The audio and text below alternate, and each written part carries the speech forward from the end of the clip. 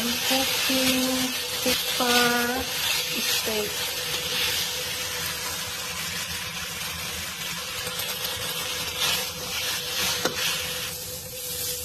I fry the yellow onion and the minced ginger and minced garlic. Add in the green pepper and red pepper. I add half cup of water and half teaspoon of cornstarch. Then sprinkle of black pepper.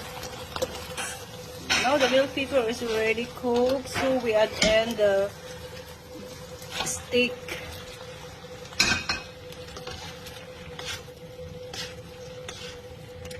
Mix well. It's done. This pepper steak.